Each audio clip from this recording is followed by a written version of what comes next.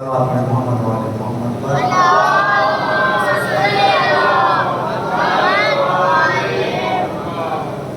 حضرت محترم، بہرحال آپ لوگوں کا حوصلہ ہے اتنی گرمی میں اور اتنی دل جمعی کے ساتھ بیٹھ جانا، یہ محبت اہل بیت کے بغیر ممکن نہیں ہے۔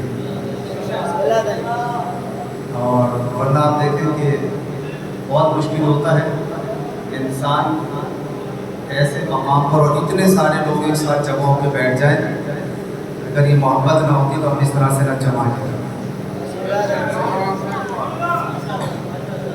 میں چلتا ہوں اپنے موضوع کی طرف۔ موضوع آپ کے ذہنوں کے اندر رہنا چاہیے، قرآن اور عظمت اہل بیت۔ کل میں نے مولا کائنات کے بارے میں، عظمت امیر المؤمنین کے بارے میں چند جملے بیان کیے تھے۔ آج چاہتا ہوں کہ اس آیت کی مختصر سی تفسیر آپ کے سامنے بیان کی جائے، اس کا حال، اور پھر ہم موضوع کو آگے بڑھائیں۔ اگر آپ کے ذہن میرے ساتھ ہیں تو میں بات کو آگے بڑھاؤں۔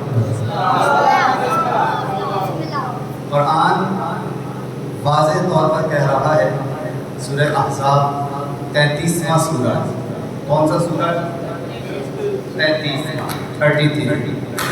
33 کو اگر آپس میں ملا دیں تو 6 بنتا ہے، ایسا ہی آیت نمبر بھی 33 ہے، ان دونوں کو ملا دیں تو کتنا بنے گا؟ 6 بنے گا۔ 6 اور 6 کو آپس میں جمع کر دیں تو 12 کی عظمت سامنے آ جائے گی۔ تو قرآن کریم کی جس آیت میں بھی دیکھیں، ہر آیت میں آپ کو اہل بیت علیہ السلام کی عظمت کا قصیدہ نظر آئے گا۔ یہ کیوں نہ کہہ دیا جائے کہ قرآن در حقیقت قصیدہ اہل بیت ہے، اور اسی قصیدے کے اندر پروردگار عالم نے ہم انسانوں کی تربیت کا انتظام کیا۔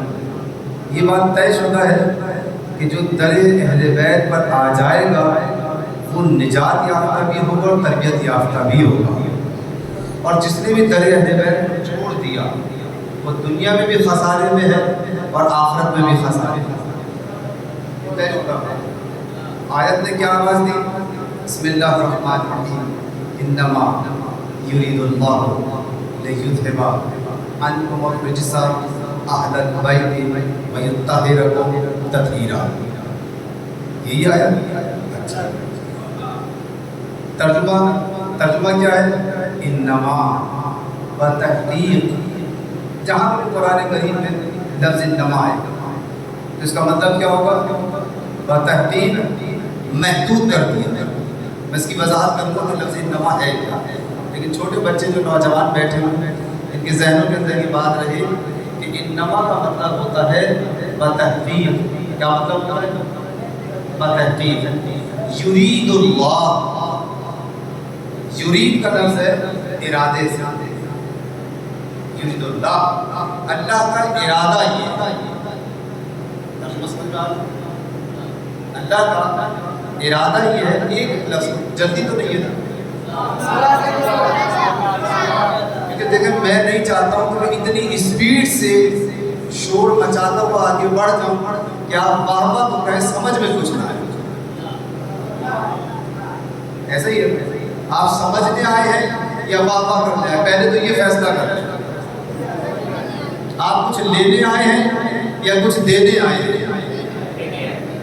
تو لوں گا میں ان سے جنہوں نے مجھے بلایا ہے، صحیح ہے نا؟ آپ کو تو میں دینے آیا ہوں، صحیح ہے نا؟ تو آپ سے اگر میں صرف نعرے لگوا کے چلا جاؤں اور آپ سے کل پوچھے قبر میں ہم کیا، ہمارا عقیدہ ہے نا کہ قبر میں ہماری کون آئے گا؟ مولا آئیں گے نا، مولا نہیں آئیں گے؟ آنے کے بعد پوچھیں گے کیا پوچھیں گے؟ ہر آدمی کو یہ تو پتا ہے کہ علی آئیں گے، اور یہ طے شدہ ہے کہ آئیں گے، روایات سے یہ بات ثابت ہے، لیکن کہیں گے۔ میں نے روایت میں پڑھا ہے کہ مولا کائنات صرف قبر میں نہیں آئیں گے، اور مقامات پر بھی آئیں گے۔ توجہ کیجیے، اور مقامات پر بھی آئیں گے۔ کب؟ حضور نے فرمایا اے علی تمہارے چاہنے والے تمہیں دیکھ کر 3 مقام پر خوش ہو جائیں گے. توجہ ہے نا؟ تمہیں ان مقامات پر دیکھ کر خوش ہو جائیں گے. پہلا مقام کون سا ہے؟ جب علی آپ کے سامنے آئیں گے. ابھی تک تو نہیں آئے نا؟ اچھا، جس کے دل میں علی ہے، توجہ رکھیے گا، علی ہر ایک کے پاس نہیں آئیں گے. علی آئیں گے تو ایسے لوگوں کے پاس بھی آئے کہ جب علی سامنے آ گئے تو میدان میں ٹکا نہیں ہے کوئی. لیکن علی اس کے پاس بھی آئے ہیں کہ جس کے پاس آ گئے تو دیکھ کے خوش ہو گیا. کوئی وہ تھا کہ جو دیکھ کے خوش ہوتا ہے اور کوئی وہ ہوتا ہے جو دیکھ کے بھاگ جاتا ہے. اب فیصلہ ہمیں کرنا ہے کہ ہم علی کے سامنے کیسے آنا چاہتے ہیں. یہ تو ہمیں فیصلہ کرنا ہوگا نا. پر جیسا ہمارا کردار ہوگا علی ویسے ہی ہمارے سامنے آئیں گے. توجہ ہے نا؟ جیسے ہمارا کردار ہوگا ویسا ہی علی ہمارے سامنے آئیں گے. اچھا، ایک موقع یہ ہے کہ جب ہماری جان نکالنے کے لیے جناب اسرائیل آئیں گے. موت آئے گی نا، موت تو برابر، موت سے تو انکار نہیں ہے. آئیے سب. اچھا، جب موت کے لیے فرشتہ آئے گا کہ چلو بھائی وقت ہو گیا، تو ادھر فرشتہ آئے گا. اب مومن گھبرایا اسرائیل کو دیکھ کے. ابھی اسرائیل آگے بڑھ ہی رہا تھا. توجہ ہے نا؟ ابھی اسرائیل بڑھ ہی رہا تھا تو دیکھیں گلے کی طرف ہاتھ بڑھے گا تو انسان گھبرائے گا یا خوش ہوگا؟ گھبرائے گا نا. تو اتنے میں چہرہ نظر آئے گا سامنے. دیکھیں روایت بیان ہے. اب جیسے ہی سامنے چہرہ نظر آیا اور مومن ہے پہچان لے گا کہ علی آ گئی. توجہ ہے نا؟ علی آئیں گے. کب آئیں گے؟ نزا کے وقت. مومن دیکھ کے خوش ہو جائے گا کہ اب وہ وقت آیا ہے کہ جب میری روح نکلنے کا وقت ہے تو مجھے گلا دبانے کا احساس بھی نہیں ہوگا. یہی تو کہا جاتا ہے نا کہ مومن کی روح ایسے نکلے گی جیسے گلاب کا پھول اسے سگا دیا جائے اور مومن کی روح نکل جائے گی. یہ پہلا مقام ہے جہاں علی آئیں گے. اب ہم تیار ہیں کہ علی عالم نظر میں ہمارے پاس آئیں. دوسرا مرحلہ جب ہمیں قبر میں لٹایا گیا. قبر میں تو سب کو یہ معلوم ہے کہ علی آئیں گے. اچھا، آئیں گے تو لے کے کیا آئیں گے؟ مٹھائی کا ڈبہ. کہ بھائی آپ بڑے اچھے تھے، بڑی ٹیکنک کے ساتھ دفتر میں بیٹھ کے رشوت لیتے تھے، یہ لو مٹھائی کا ڈبہ. بھائی آئیں گے تو نا، تو یہ تو سوچنا پڑے گا کیا میں علی کو چہرہ دکھانے قابل ہوں؟ ہر ایک کی قبر میں آئیں گے. یہ بھی روایت میں آئیں گے ہر ایک کی قبر میں. لیکن اب کس کے پاس کس طرح آئیں گے یہ فیصلہ خود اسے کرنا ہے. ہاں، اگر انسان ہے غلطی ہو ہی جاتی ہے، یہ اور بات ہے. ایسا ہی ہے نا. اچھا، وہاں پہ مومن جب مومن سے سوال کرنے والے فرشتے آئیں گے منکر و نکیر، کب گھبرائے گا نا. اتنا سخت پیپر آ گیا تو وہاں پر مولا کائنات آئیں گے. تو مولا پیغمبر کی روایت ہے کہ علی تمہارے چاہنے والے تمہیں اس مقام پہ دیکھ کر خوش ہو جائیں گے کہ ہماری مشکل کو حل کرنے والا مشکل خوش آ گیا. لیکن شرط یہ ہے کہ علی والے بنو. علی والا بننا پڑے گا. اور تیسرا مقام جب پولیس صراط سے گزرے گا انسان، پولیس صراط سے گزرے گا تو روایت ہے باقاعدہ کہ وہ انسان پولیس صراط سے گزر ہی نہیں سکتا جب تک کہ اس کے پاس علی کے ہاتھ کا لکھا ہوا پروانہ نہ ہو.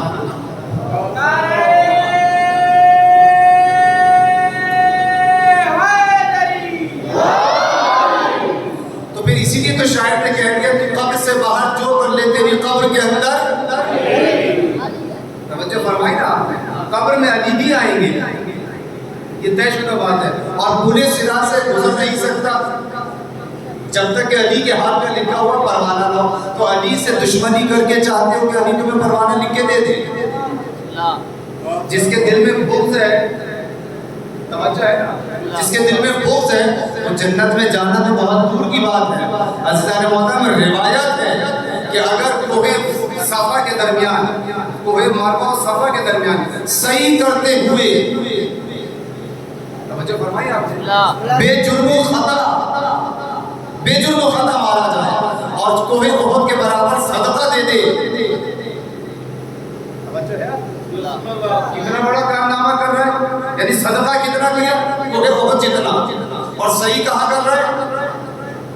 جہاں یقین ہے کہ انسان ہمارے صالح انجام دے رہا ہے. خانہ کعبہ کا طواف کرتے ہوئے بھی اگر بے جرم و خطا مارا گیا، مظلومانہ مارا گیا اور اس کے دل میں علی کا بغض تھا، تو روایت یہ کہتی ہے کہ خدا کی قسم جنت جانے کی تو بہت دور کی بات ہے، جنت کی خوشبو بھی نہ سونگے گا.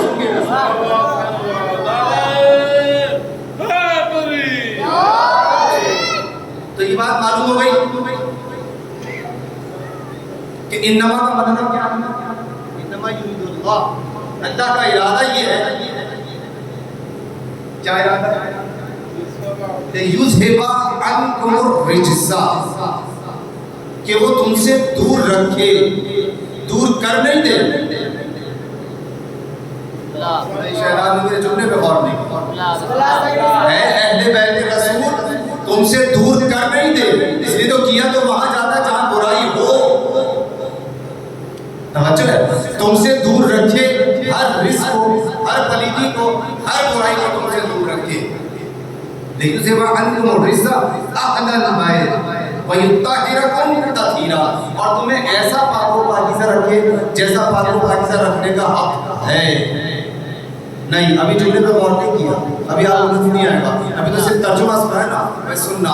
قرآن نے کیا کہا کہ انما یرید اللہ لیذھب عنکم الرجس اہل البیت ویطہرکم تطہیرا.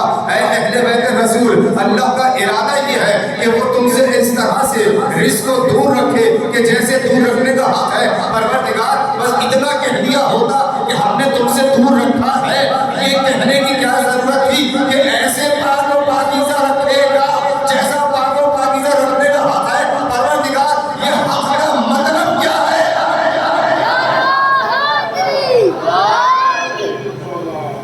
پروردگار جسے پاک بنا دے وہاں کہیں نجاست آ سکتی ہے، لیکن پروردگار تاکید کر رہا ہے کہ ایسا پاک رکھے گا جیسا پاک رکھنے کا حق ہے. پروردگار یہ پاکیزگی کیا ہے، یہ طہارت کا حق کیا ہے، یہ طہارت کیا ہے؟ کہاں تمہیں سمجھ میں نہیں آیا؟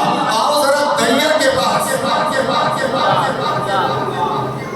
آپ لوگ تھک تو نہیں گئے؟ آپ اسی طرح سننے کے آتے ہیں تو ویسے سنا. توجہ ہے نا، لیکن یہ کپڑا ہے، یہ کپڑا ہے، یہ پاک ہے نجس ہے؟ پاک ہے نا؟ میں نے اس کو صاف کیا اس طریقے سے پسینے سے. بتائیے یہ ابھی پاک ہے یا نجس ہے؟ ابھی بھی پاک ہے نا. اچھا ابھی خون بہہ گیا، میں نے جوش کتابت میں ہاتھ یہاں مارا، مجھے نہیں پتا تھا کہ یہاں کیل لگی ہوئی ہے. کیل میں لگی تو ہاتھ سے خون نکلا، ہاتھ سے خون نکلا، مجھے بے خیالی میں نے پیشانی کو صاف کیا تو پیشانی نجس ہو گئی. اسی پیشانی کو میں نے اس رومال سے صاف کر دیا، رومال پاک ہو گیا نجس ہو گیا؟ نجس ہو گیا نا. اسے اٹھا کر میں نے کپڑے کو دھویا. توجہ کیجیے، کپڑے کو پانی سے دھویا، پاک ہو گیا.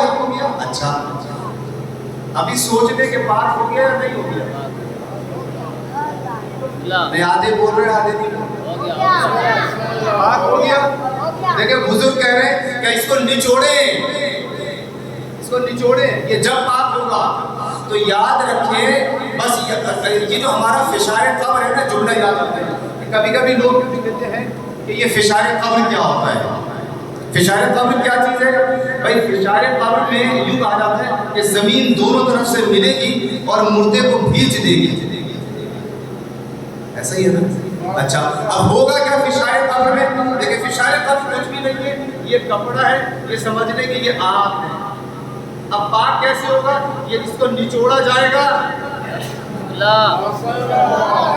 اس سے زیادہ آسان میں فشار طور نہیں سمجھا سکتا تھا. تو بس مومن کو اسی طرح سے اگر نچوڑ دیا جائے تو پاک ہو جائے گا اور جنت میں جائے گا. کہ ہر مومن جب جائے گا جنت میں, جب پاک ہو جائے گا تو پاکیزگی کی جگہ قبر ہے. پروردگار عالم نے نظام ایسا کیا ہے کہ جیسے کپڑے کو پاک کر دیا, نہیں گھبرائیں گے نا. پروردگار یہ حق کیا ہے پاک کر دینے کا.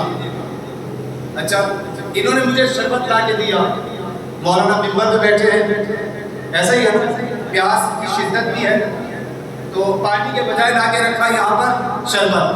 وہ جو رومال میرا نجس ہوا, توجہ کیجیے, جو رومال میرا نجس ہوا میں نے اسی شربت سے اس کو پاک کرنا شروع کیا. پاک ہو گیا نہیں ہوگا, شربت پاک ہے نجس تھا. بولے شربت پاک ہے یا نجس ہے؟ پاک ہے نا. لیکن اس کپڑے کو پاک کرے گا نہیں کرے گا. کیوں؟ یہ خود تو پاک ہے. آقا صاحب یہ خود پاک ہے لیکن اس میں پاک کرنے کی صلاحیت نہیں ہے.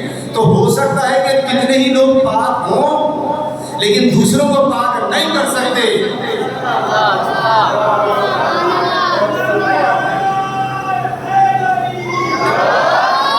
اب اسے اٹھا کے لے کے گئے آپ, یہ نہر بہ رہی ہے, نہر میں لے جا کے آپ نے اس کو نچوڑا. ایک مرتبہ نچوڑے تو بس کافی ہے, یہ پاک ہو جائے گا. بھائی پاک تو میں اس سے بھی کر رہا تھا, پاک اس نے بھی کیا, کیا یہ کیوں پاک نہیں تھا؟ کہ یہ بھی پاک ہے وہ بھی پاک ہے لیکن یہ پاک نہیں کر سکتا, وہ خود بھی پاک ہے اور جو اس سے وابستہ ہو گیا اسے بھی پاک کرے گا. تو پروردگار نے کہا کہ اے اہل بیت رسول, ہم نے تمہیں ایسا پاک بنایا, ہم نے تمہیں ایسا پاک بنایا جو خود بھی پاک ہے اور دوسری چیزوں کو بھی پاک کرنے کی صلاحیت رکھتا ہے. یہی وجہ ہے کہ اگر کوئی نجس العقیدہ در اہل بیت پر آ گیا, اپنی پیشانی کو جھکا دیا, تو اہل بیت کی طہارت میں اتنی طاقت ہے کہ اسے بھی پاک کر دیتے ہیں. لیکن اسی دریا کے اندر آپ کتا ڈالتے ہیں, اسی دریا کے اندر اگر آپ کتے کو ڈالتے ہیں کتا پاک ہوگا؟ بتا نہیں ہوگا نا. کیوں نہیں ہوگا بھائی؟ وہ تو پاک کرنے کی صلاحیت رکھتا ہے. کہ اس میں پاک ہونے کی صلاحیت نہیں ہے. اس کا مطلب یہ ہے اہل بیت ہر ایک کو پاک نہیں کرتے, پاک اسے کرتے ہیں جس میں پاک ہونے کی صلاحیت ہو. لیکن اگر کوئی کتے کی طرح نجس ہو تو در اہل بیت میں بھی رہے گا, نبی کے ساتھ بھی رہ لے, تب بھی پاک نہیں ہو سکتا. ایک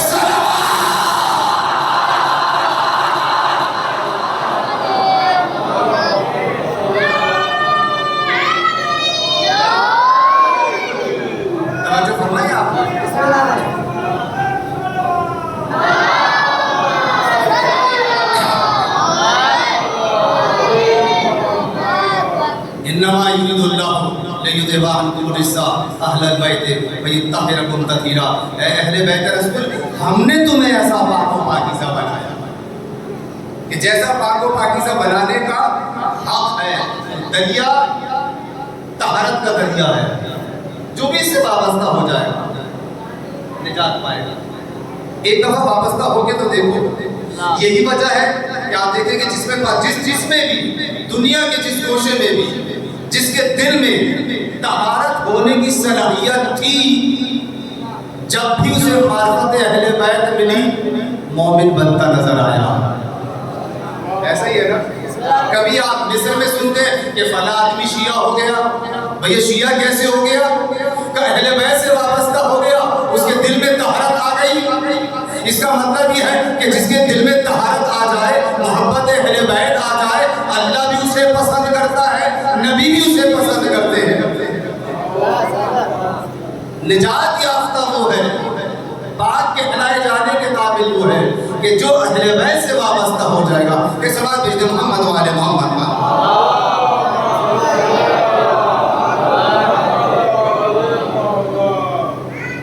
اچھا یہ حدیث, یہ آیت آپ نے ذہن تیار ہو گئے نا؟ آگے بڑھوں؟ اچھا آیت نازل کب ہوئی تھی؟ بولے دیکھیں آپ بولے آپ مومن تو مومن بولے گا، علی ماتا بولے گا. کب نازل ہوئی ہے؟ کہاں نازل ہوئی ہے؟ کس کے گھر میں نازل ہوئی ہے؟ کون تھا؟ کس کی چادر تھی؟ اب تو بولے بھائی کس کی چادر تھی؟ اچھا چلو میں بیان کر دیتا ہوں روایت. دیکھو سارے سنی علماء نے لکھا ہے، اکابرین اہل سنت نے لکھا. شیعہ کتابوں کو چھوڑ دیجئے اور نہ کہیں گے کہ مولانا صاحب آئے تھے انہوں نے اپنی روایت بیان کی ہے. نہیں، اپنی روایت نہیں. باخدا جتنی سنی روایتیں ہیں انہیں اٹھا کے دیکھو، اس میں کیا لکھا ہے کہ نبی کریم صلی اللہ علیہ وسلم حضرت سیدہ طاہرہ سلام اللہ علیہا کے گھر تشریف لائے. ایسا ہی ہے. اب سنتے جانا جملے تاکہ بچوں کو بھی پتہ چلے. ہر ہفتے حدیث قصہ پڑھتے ہیں نا گھروں میں، شب جمعہ پڑھتے ہیں. آج سمجھ بھی لو کہ حدیث قصہ ہے کیا. آیت تطہیر سمجھ میں آ جائے گی، تبھی تو عظمت اہل بیت سمجھ میں آئے گی نا. آیت تطہیر پورا قصیدہ ہے اہل بیت کی عظمت کا. ہٹوا نہیں قرآن کریم سے، توجہ ہے نا. اچھا آئے ہیں حضور، آنے کے بعد جملہ کیا کہا تھا؟ یاد ہے نا؟ جابر بن عبداللہ انصاری سے روایت ہے اور بھی بیویوں سے بھی روایت ہے، ام المومنین سے بھی روایت ہے، اصحاب سے بھی روایت ہے، صحابہ کرام سے بھی روایت ہے. محدثین نے لکھا، مفسرین نے لکھا، مؤرخین نے لکھا، مفکرین نے لکھا. آئے ہیں پیغمبر، آنے کے بعد کہا کیا؟ اے بیٹی میں اپنے بدن میں ذوف محسوس کر رہا ہوں. یہ جملہ کہا تھا نا کہ میں فاطمہ میں اپنے بدن میں ذوف محسوس کر رہا ہوں، کمزوری محسوس کر رہا ہوں. کہا اچھا تو بابا پھر کیا کرنا ہے؟ کہ اپنی چادر لا دو. توجہ ہے نا؟ اپنی چادر لا دو. بی بی نے اپنی چادر لا کے دے دی. اب سننے چادر کا معجزہ. چادر لا کے دی ہے. اچھا حضور نے چادر لی اور کمرے میں جا کے لیٹ گئے. ٹھیک ہے نا؟ کمرے میں جا کے لیٹ گئے. اتنی ہی تھوڑی سی دیر میں مولا حسن آئے. ٹھیک ہے نا؟ مولا حسن آئے اور آنے کے بعد کہا کیا؟ دروازے پہ سلام کیا. سلام کس کو کر رہے ہیں؟ والدہ گرامی کو. اے مادر گرامی آپ پر سلام ہو.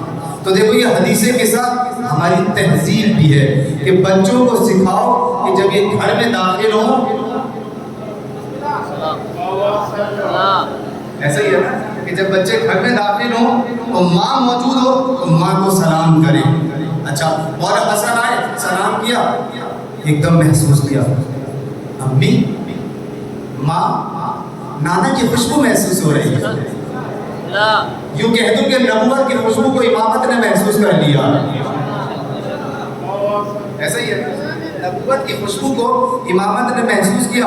کہا ماں ہم اپنے نانا کی خوشبو کو محسوس کر رہے ہیں. کہا ہاں تمہارے نانا کمرے کے اندر موجود ہیں، جاؤ چلے جاؤ.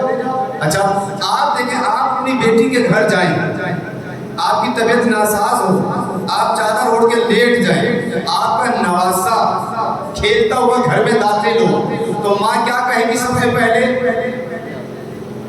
وعلیکم السلام بیٹا، شور مت مچانا، یہی کہے گی نا. کیوں شور مت مچانا؟ اس لیے کہ نانا کی طبیعت صحیح نہیں ہے، انہیں بدن میں ذوق محسوس ہو رہا ہے، انہیں آرام کی ضرورت ہے، لہذا خاموش ہوتا ہے نا. لیکن یہ جناب فاطمہ زہرا کیا کہہ رہی ہیں؟ ہاں نانا ہیں اور کمرے میں ہیں، جاؤ تم بھی چلے جاؤ. اچھا آئے، وہاں تو سلام کیا تھا، پیغمبر اسلام کے پاس آئے، دیکھا چادر اوڑھے لیٹے ہوئے، آگے سلام کیا، السلام علیکم یا رسول اللہ. توجہ ہے نا؟ اچھا ایسے بچہ اگر ہمارا بچہ ہوتا ہے تو فوراً سیدھا چادر میں اندر جاتا ہوتا ہے نا. لیکن آپ دیکھیں یہ ہے خاندان اہل بیت کے بچے، ادب کو جانتے ہیں، چادر میں نہیں گھسے، کھڑے ہو گئے، یا رسول اللہ کیا میں اس چادر میں آ جاؤں؟ دیکھیں یہ ادب سکھایا جاتا ہے. کہ اگر چادر میں بھی داخل ہو تو اجازت سے داخل ہو. کتنے ادب سکھائے؟ ایسا ہی ہے نا؟ کتنا ادب سکھایا. اچھا حضور کی طبیعت صحیح نہیں ہے، ذوق محسوس کر رہے ہیں. ہاں حسن تم تو جنت کے مالک ہو، جوانان جنت کے سردار ہو، حوض کوثر سے سیراب کرنے والے ہو، میری امت کے رہنما ہو، آ جاؤ اندر. چادر میں بلا لیا. اچھا تھوڑی دیر میں حسین آ گئے. وہی کام جو امام حسن نے کیا امام حسین نے بھی کیا. ایسا ہی ہے نا؟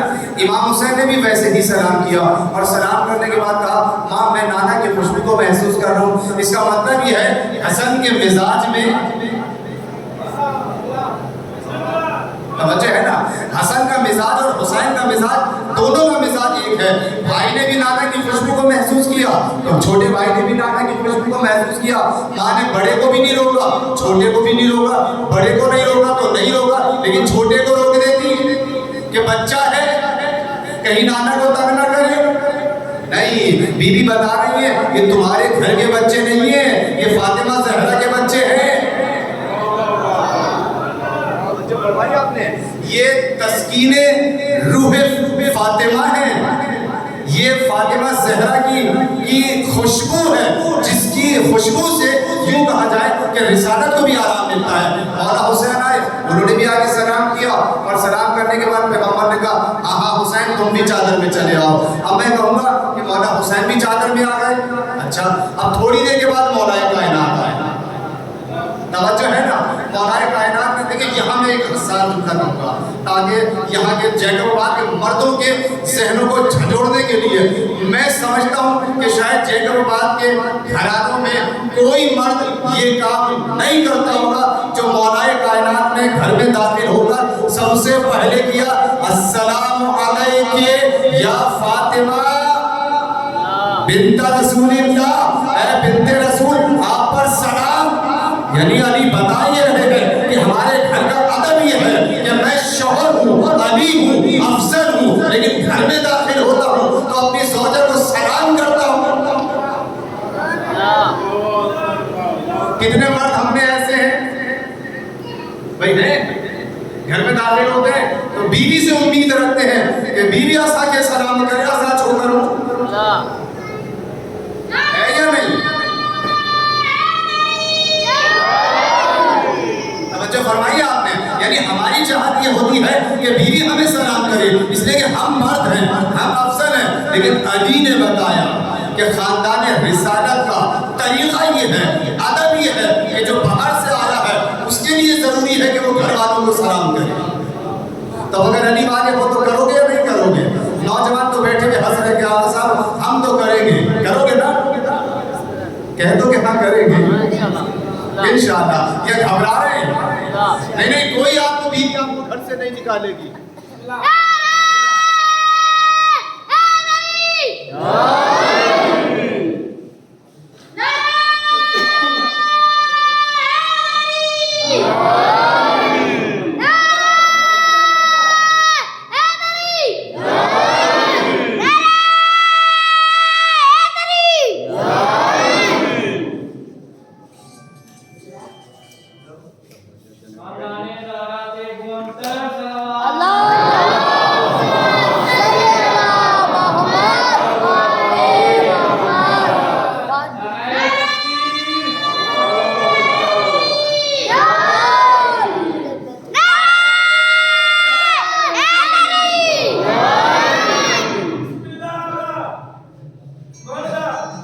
کا مسئلہ حل ہونا چاہیے. مجلس جو ہے وہ